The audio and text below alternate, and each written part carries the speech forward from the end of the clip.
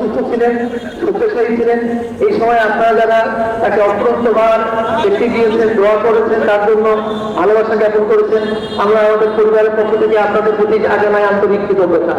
পরিশেষে আগামী শুক্রবার 10 ডিসেম্বর বিকাল 3টায় ওনার আমার শ্রদ্ধেয় বিকাশ অনুষ্ঠানের জন্য অর্থাৎ একটি দোয়া মাহফিলের আয়োজন আপনার নিজ বাসভবন দারুসালামের বাসভবনে আয়োজন করা হয়েছে।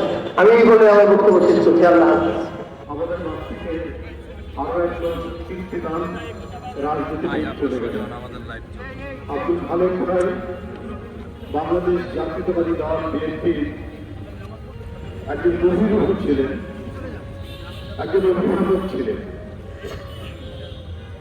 উনি যখন এদেশে পার্লামেন্টে প্রতিনিধিত্ব করেন, জাতীয় সংসদে যখন কথা বলেন, তখন আমরা ছাত্র। আমাদের প্রতি তার যে বড় ভাই ছিল, অভিভাবক ছিল আচরণ, এই ভোলার মতো নয়।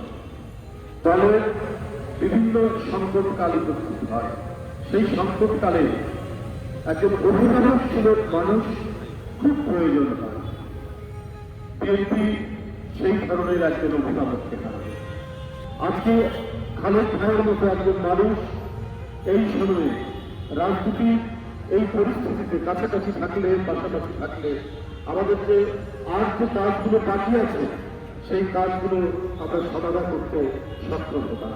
আমি আল্লাহর কাছে মরহুম আব্দুল খালেক খালেক ভাইয়ের আত্মার মাঝরাত কামনা করছি।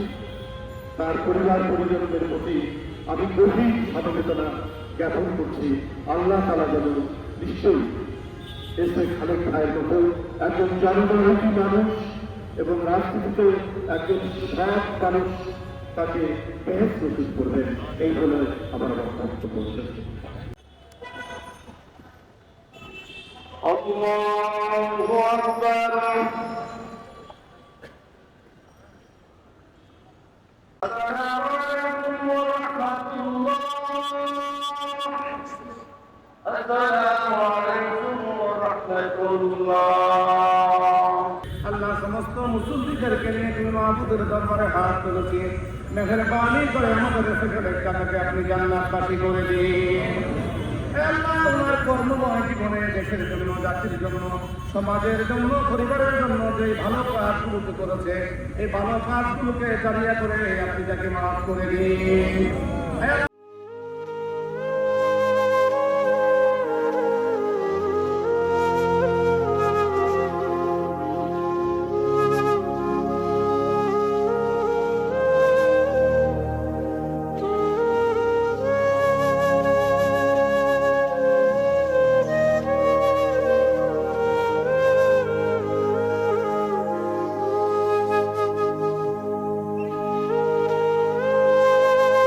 Thank you.